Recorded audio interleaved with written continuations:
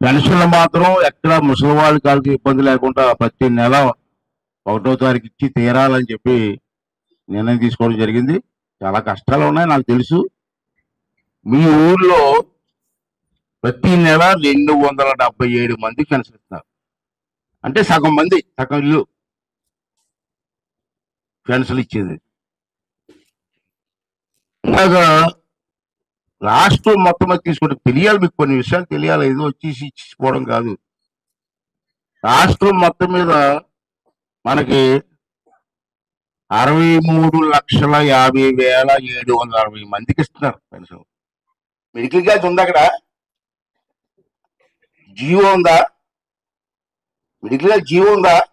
చెప్పయా పెద్దనా, చెప్పు.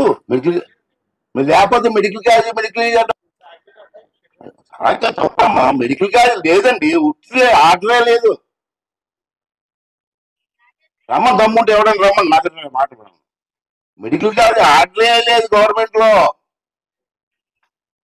మా వాడు మెడికల్ క్యాష్ తెచ్చి 5 ఆఫ్ చేసినట్టాడు. అది ఆర్డర్ లేదురా బాబు, చూపించు.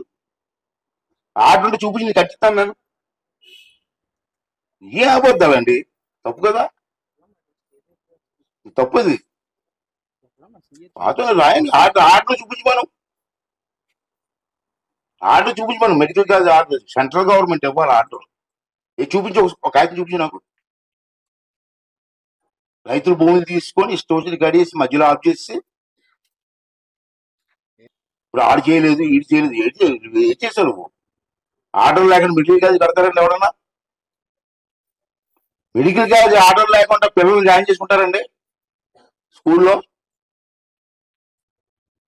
మరి జాయిన్ చేసుకోకపోతే పిల్లలు బ్రతుకులు ఏమైపోతాయండి? 5 సంవత్సరాలు చదువుకున్న తర్వాత ఎక్కడ పోతారు వాళ్ళు?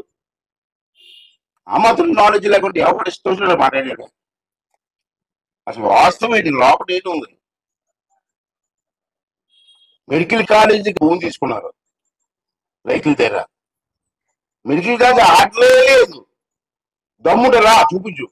ఇక్కడ బియ్యం పైన పాడు చూపించు, నేను వస్తాను.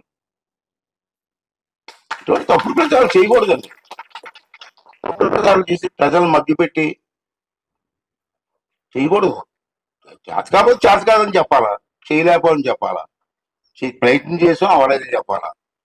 అంతేగాని లేని పని చేసి మళ్ళీ మా ఎదుటి పని బుడచాలం. ఇలాంటివి కొంచెం ఆలోచించవలసిన అవసరం ఉంది.